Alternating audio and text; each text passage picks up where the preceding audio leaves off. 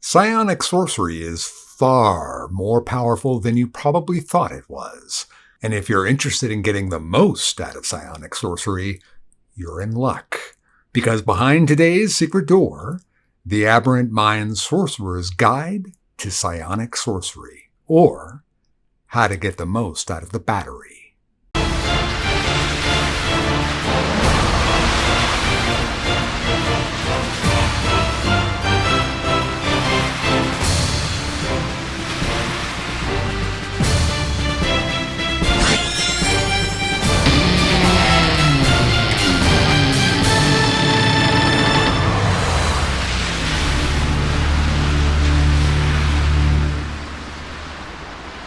So behind today's secret door, the Aberrant Mind Sorcerer's Guide to Psionic Sorcery, or How to Get the Most Out of the Battery. This is Secret Door, a channel devoted to in-depth discussion about Dungeons & Dragons, and my name is Matt Morich. Alright, I have started a Patreon if you're interested in supporting the channel. Your help would be greatly appreciated and much needed. And many thanks to Marcelo, Doug, and Jamie for your support. The link will be in the pinned comment and in the description. So this isn't going to be a terribly long video. This is just going to be sort of a recap of how Psionic Sorcery works, but also a little bit more detailed than I could go into in the test drive for time considerations about the use of the different spells as we go up through level by level. So we're going to start at level 6, which is when you gain Psionic Sorcery, and then we're going to talk about level 7 when you get the new spells from there, and level 9 when you get your 5th level spells. So just to kind of recap here, Psionic Sorcery is your ability that you gain when you hit 6th level as an Aberrant Mind Sorcerer. And when you get this, you're able to cast spells as normal, or you can cast spells from your psionic spell list with sorcery points instead, equal to the spell's levels. So if it's a 3rd level spell, you're going to spend 3 sorcery points to cast it using Psionic Sorcery. When you cast a spell with sorcery points instead of spending a spell slot, you're effectively gaining basically subtle spell tossed in there for free. The spell won't require verbal or somatic components or material components unless that material component is consumed or it has a specified cost. Now, in the test drive, I recommended taking Extended Spell and Subtle Spell. I chose Subtle Spell simply because other spells outside of your psionic spell list, you probably are going to want to be able to cast them thematically if you choose to. If you want to spend an extra sorcery point to cast it, with Subtle, you could. However, it is absolutely not essential that you take Subtle. It was just simply my preference from a character standpoint. I think that's how I would want to play the character. I think Extended Spell is a very useful thing for for an Aberrant Mind Sorcerer to use, because it's going to allow you to be even more efficient with an already terribly, wonderfully efficient system. So while many people might focus on the idea that the power of Psionic Sorcery is that they're getting Subtle Spell for free, that's just a bonus as far as I'm concerned. The power of Psionic Sorcery lies in the fact that it's only costing you 1 sorcery point per level to cast that spell, which is identical to the amount of sorcery points you're receiving when you sacrifice a spell slot for sorcery points. So sacrifice a 3rd level spell, you get 3 sorcery points. Turn those 3 sorcery points, use them to cast Hunger of Hadar, and voila, you're casting Hunger of Hadar now with Subtle tossed in on top. Or to illustrate the power of this more effectively, sacrifice a 2nd level spell slot and a 1st level spell slot to get 3 sorcery points and cast Hunger of Hadar. Or sacrifice 3 1st level spell slots and cast Hunger of Hadar. It is this efficiency, which is absolutely staggering, as you will see, that makes the Psionic Sorcery ability for the Aberrant Mind the beating heartbeat of that character. It's a pity you don't get it until level 6. But it is so powerful that I suppose you probably had to wait until level 6 to get it.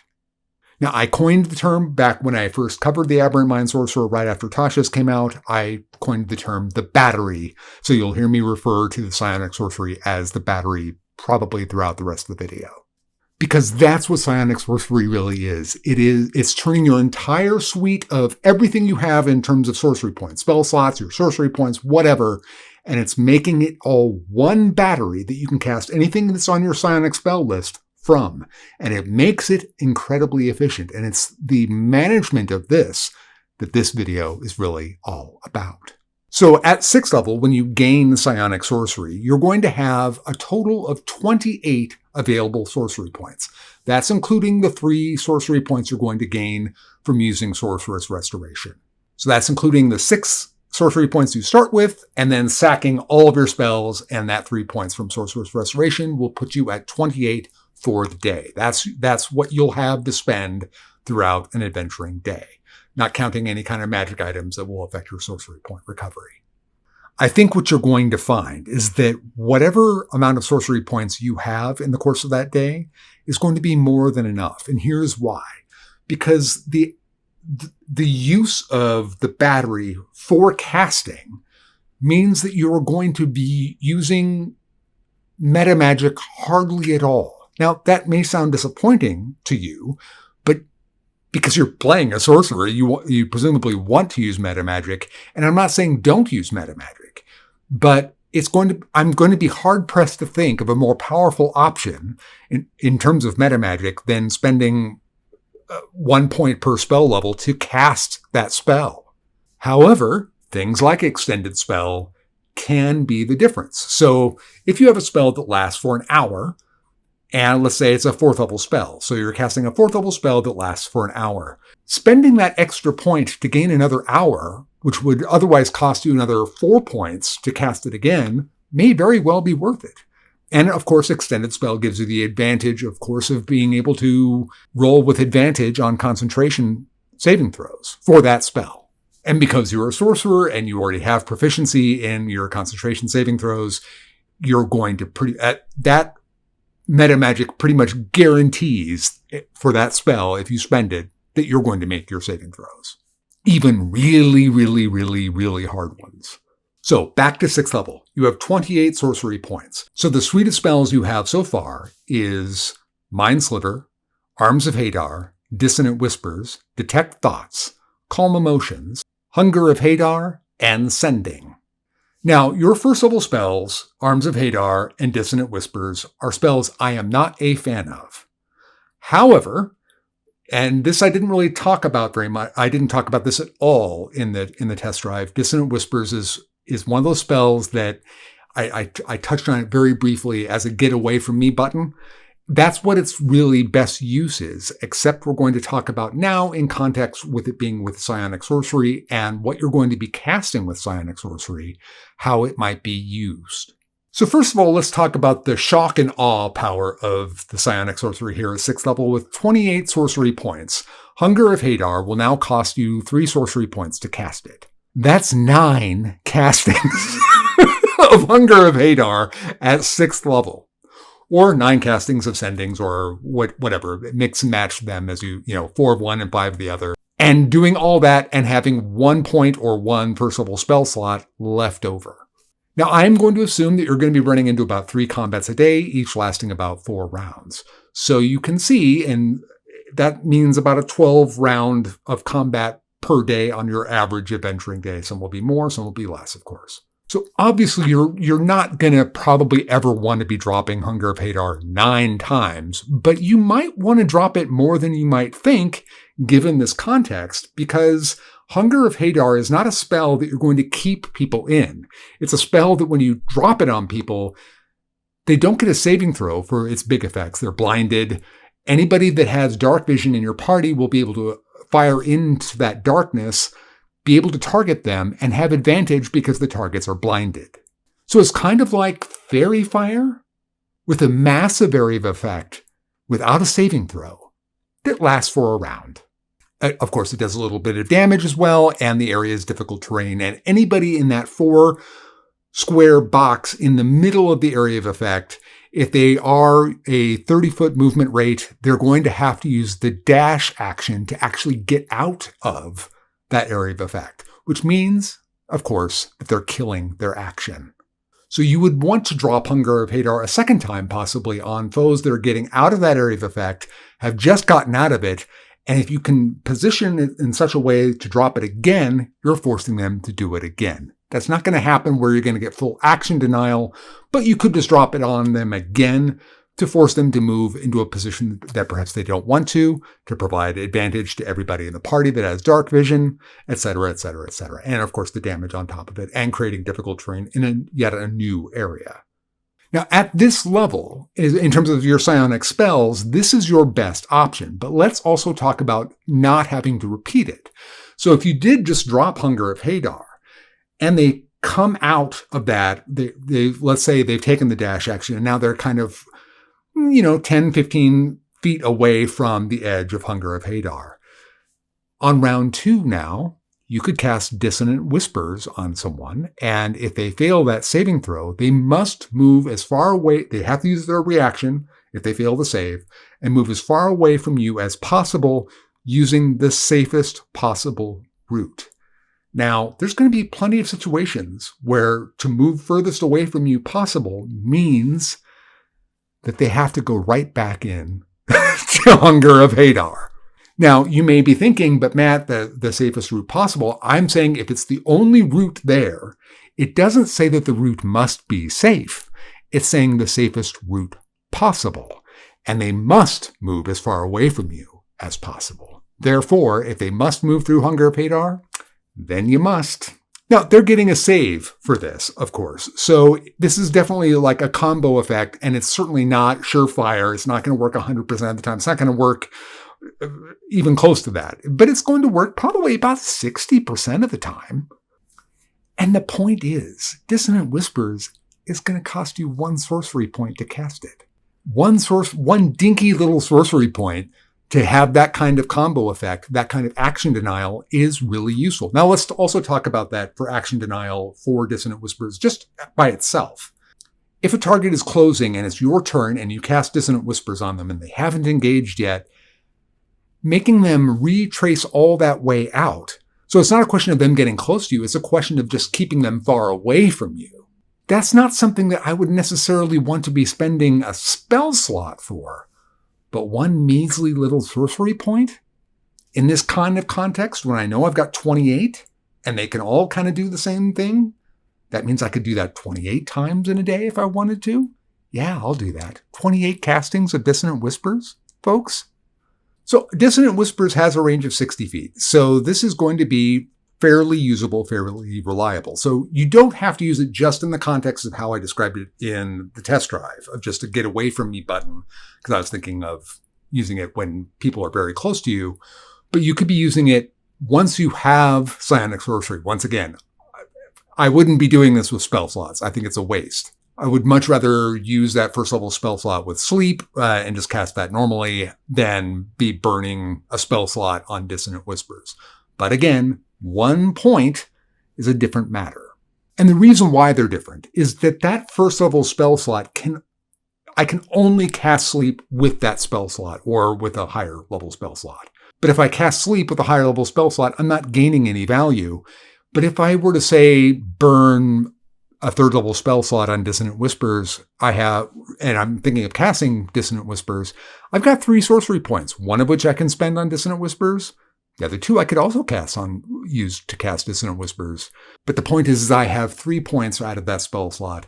The economy is just different, whereas a spell slot is definitely just simply a 1-to-1 ratio. It's efficient. And it's that efficiency that makes this such a frightening engine. The battery is crazy. Now, with Arms of Hadar, that is a spell that I would use only if the circumstances were absolutely perfect. I was kind of surrounded and I just wanted to punch this button. You can. And it's nice to have it. If you have it on your list and it's going to cost 1 point for Arms of Hadar to shine, that's great. I wouldn't count on it. I wouldn't be trying to set that up necessarily, but of course, if the circumstances were perfectly right and it was right there for you, absolutely you should think about it. So let's talk about your 2nd level spells, which are Detect Thoughts and Calm Emotions. So either of these spells, you could cast up to 14 times a day if all you were casting were one of these 2 spells. You have 28 points at 6th level, 14 castings of these. Granted, you're sacking everything to do this. But that many castings of Detect Thoughts, That many castings of Calm Emotions. Now, Detect Thoughts is just immensely powerful. Calm Emotions is situationally good, and both of them could really extract a lot of value out of Extended Spell, and here's why. Calm Emotions only lasts for a minute. So if you're in a hot situation and it looks like you're about to come to blows, you could cast Calm Emotions without anybody being the wiser, and you drop whoever fails their save to indifference. They're only going to stay that way for a minute. But if you extended the spell, that's 2 minutes. Now, if we're in a situation like, say, you are in town and you've done something wrong and the town guard is coming after you and they have you cornered and you cast Calm Emotion and you got them neutral, it may be far more powerful and useful for them to be indifferent to you for 2 minutes rather than just 1 minute, so that you can actually get into a safe situation without having to run and make yourself be looking very suspect and drawing attention to yourself. It secures the escape. And conversely, if you're just going to be in a situation where a parlay has gone wrong and you're not sure exactly how much longer you're going to be sitting here in this parlay, it gives you time. And it's only costing you an extra point, and you're not in a definite combat situation. So I think you can see what I'm saying now, that Extended Spell is actually allowing you to extract more value out of the battery, as opposed to necessarily making the spell more powerful, which it is in the sense that it's doubling the duration. But it's not adding any extra oomph to the spell. So it's not the most attractive one, but it's the most efficient one. Or at least one of the most efficient. I think it's the most efficient for given what your suite of spells is. And having that many uses of Detect Thoughts is just crazy. So if you're in town and you know that you're just going to be, maybe you're shopping, maybe you're playing poker, whatever the case may be, you've got that many bites at the apple. And of course, running that with extended means that you're going to get Detect Thoughts for 2 minutes. So if you're at a social situation and you know you have to ask a lot of questions around the group, it's going to be more efficient to spend 3 points than having to cast it twice for 4 points.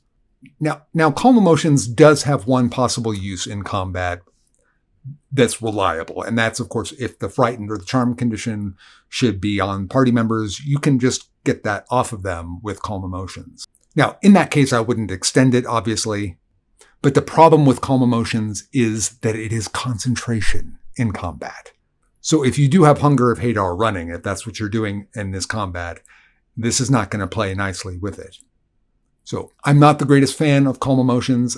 This is a spell that's going to be, when it has its time to shine, you'll be very glad that you have it, but it's not going to be necessarily a go-to spell. Detect Thoughts, however, you'll be using that like crazy. Now, for your third level spells, you have Hunger of Hadar and you have Sending, and you have 28 points. So I've already told you how many times you can be using those in a day, 9 times. So if we go back to that social situation now, if you were using Detect Thoughts and you wanted to be comboing that with Sending to be able to tell other people what you've just learned without anybody being the wiser in that social situation, in that parlay situation, whatever, it's immensely valuable. Of course, you could achieve that other ways than Sending. But if let's say your telepathic bond, you wanted to keep that, you could be using Sending as a way of bypassing and getting that information out to somebody else. Or it could be that you've just found something and you know that your party member who's breaking in on the other side of the castle needs to know this. Sending. There's just an enormous, obviously the uses for Sending is enormous. And the idea that you can do this that many times in a day is crazy. 9 times for third level spells here. So the most important thing here at 6th level is to look at the combat style that you want to be employing. Are you going to drop Hunger of Hadar repeatedly? Are you going to mix Hunger of Hadar up with Fireball, which is what I recommend in the test drive? That's going to be very effective, but it's not always going to be possible because they're both big area of effects. But because you're going to have, and the very next level, you're going to have a persistent area of effect as well, Dissonant Whispers as a way of being able to force them, or at least a target, to go away from you and back into that area of effect is obviously going to be useful. and very efficient at the cost of 1 point. And your action, of course, I mean, that is not to be overlooked. Dissonant Whispers doesn't do great damage. And it's really only use is if you're willing to use it as an action denial, which can be fantastic, or as a way of comboing action denial with having an effect that is going to be a persistent effect, control effect that is going to give them trouble and debuff them, and et cetera, et cetera, et cetera. So with Hunger of Hadar, and when we get here at 7th level, now we're talking about having Evard's Black Tentacles and Summon Aberration. Now, if you were to use Summon Aberration, I would recommend using the Slod. Now, I'm not saying that it's the best, but none of them are really shout out loud fantastic to me. But the Slod has the effect of regenerating 5 hit points per round.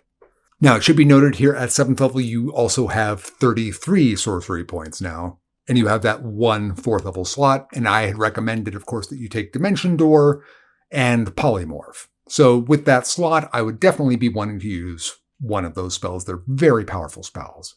But this is focused on using Psionic Sorcery. So you have 33 points to mess around with now. And if you were to cast your 4th level spells entirely with those slots, you could do them 8 times in a day. And again, have 1 1st level spell slot left over, or 1 sorcery point left over. So with Summon Aberration, my recommendation would be for the Slod. I don't think we need to go into too much with a summon spell and what it's useful for. That would be my recommendation. I would extend that spell with the Slod. So I would be spending 5 points to have a 2-hour summon spell that I have concentration saving throws with advantage and proficiency, and that slot is regenerating. So its chance of hanging around for that 2 hours is very, very high. Definitely, if you're going to cast that spell, throwing that extra point at it to gain that kind of a lifespan for it is almost in all cases going to be worth it. Evard's Black Tentacles is like Super Entangle, and this is a spell that's going to combo very, very nicely once again with Dissonant Whispers. Now, with Evard's Black Tentacles, I wouldn't throw the Extend spell on it necessarily, unless I was just wanting to make sure I maintained concentration for it. That's another value just by itself that could be useful. But now we get to 9th level, which is really where, of course, you cap out with your psionic spells. You gain Telekinesis, and you gain Rary's Telepathic Bond. You also, now because you gained more 4th level spell slots and a 5th level slot, you have 49 total available sorcery points in a day. Now, if we were to go back to the Hunger of Hadar thing, how many times can you cast it in a day now? 16 times! I mean, that's crazy talk. And still have that 1 spell slot, 1st level spell slot left over. Or 16 sendings and blah, blah, blah, blah. How many Detect Thoughts is that? 24 times in a day? But both of these spells, both Rary's and Telekinesis, are going to be well worth spending an Extend spell metamagic on, for sure. So Telekinesis lasts 10 minutes, so you can make it last 20. This would be probably only something you'd want to be doing in a dungeon, or if you knew that you had other people coming around the corner, and might even have those beyond that, because the 10 minutes if they're just around the corner is going to be good enough. But if you know that you could have another combat coming up right away, having 20 minutes instead of 10 for Telekinesis and being able to maintain the concentration that effectively is well worth throwing a point at it.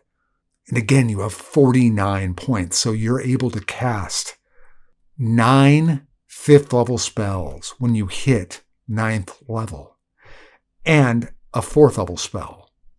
Folks, nobody can do that. And Telekinesis is a really good spell. Now, Rary's Telepathic Bond doesn't require concentration, and it's also a ritual. So the fact that it's a ritual, of course, means that you could just not even have to spend anything on it at all.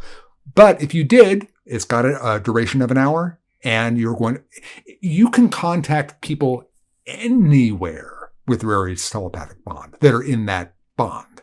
The utility of that for a team is enormous. Now, I wouldn't even blink about spending the sorcery points to cast Rary's as opposed to using it as a ritual. Of course, if you can cast it as a ritual, you have the time to do it, do it. But if you're in the middle of a situation or you know something is coming up on the other side of that door or whatever, and you can cast it now and you don't have time to do the ritual, is it worth the 5 or 6 if you want to make it last for 2 hours? Yeah, absolutely, it's worth those points. Having the whole party be like the Borg, they're now a hive mind team, is immensely useful and powerful. You'll very easily be able to turn to the DM and say, resistance is futile. I can't recommend Rary's telepathic bond enough. Telekinesis is a magnificent spell. I love Bigby's hand, but telekinesis is just about as good, and you get it here, and you're able to cast it up to 9 times in a day. So let's get down into practical matters here. So if you did have it running for 3 combats and you just burned it, that's 15 points. You still have 34 sorcery points to spend. Now that's 49 sorcery points if you burn all of your sorcery points. And there's things that you're going to be wanting to use your regular spell slots on spells that are coming from your sorcerer spell list, like shield, etc., etc., etc., or fireball, as I talked about.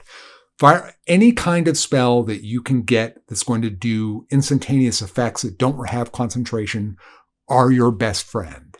So you don't have to be completely chained to simply using the battery alone, but what I'm trying to illustrate is that you could. And to some degree, concentration becomes kind of like not a big deal at all anymore. So if we are talking about TK and you've got it running and you're pinning people down or doing whatever with it, or lifting them up off the ground, throwing them around, or whatever you're doing with TK, and for whatever reason you lose concentration, or let's just say then the situation suddenly becomes that, you know what, I'd rather have Ever's Black Tentacles right now. Bam, here's 4 points for you. Ever's Black Tentacles. Oh, you want to switch it again to Hunger of Hadar? 3 more. That's 12 points. You'd still have 37 points. Do you get what I'm saying? You can do however you want. The flexibility is enormous. So if you are in love with that combo with Dissonant Whispers, and Dissonant Whispers doesn't even have to drive them through the effect. If you do have any kind of push effects and you can get them, force them to get close to it, to even get to the edge of it, and somebody else, let's say a warlock with repelling blast, can push them back into that persistent effect. Or if you did take telekinetic as a feat and you can shove them into that finally on that extra 5 feet, that's good enough. You can get them to the edge or even in it. So you don't need to just be operating on the same playbook using just these spells alone, but they should be the staple of how you operate, and then adding your sorcerer spells on top of that. Whether you use subtle or you don't, adding those on top is going to be very, very effective. But if you do use them only from the battery, you can get by with what you've got and do it like nobody else in the game can. All right, well, I hope that's useful for you. I figured it might be a nice little companion video so you didn't have to watch through the whole test drive, et cetera, just to hear the talk about the battery. And I was able to talk a little bit more at length about things like Dissonant Whispers and Detect Thoughts and Sending and all that type of stuff, Rary's Telepathic Bond, that kind of thing. So I hope this was useful for you. It's a really fun class, and if you're playing it, please do enjoy it. There really isn't anything quite like it. All right, well, that's all I've got. If you enjoyed the video, please like, please share, please subscribe. And if you're stuck and you don't know where to go, you can always search for a secret door. Until next time, I cast bless on all of you.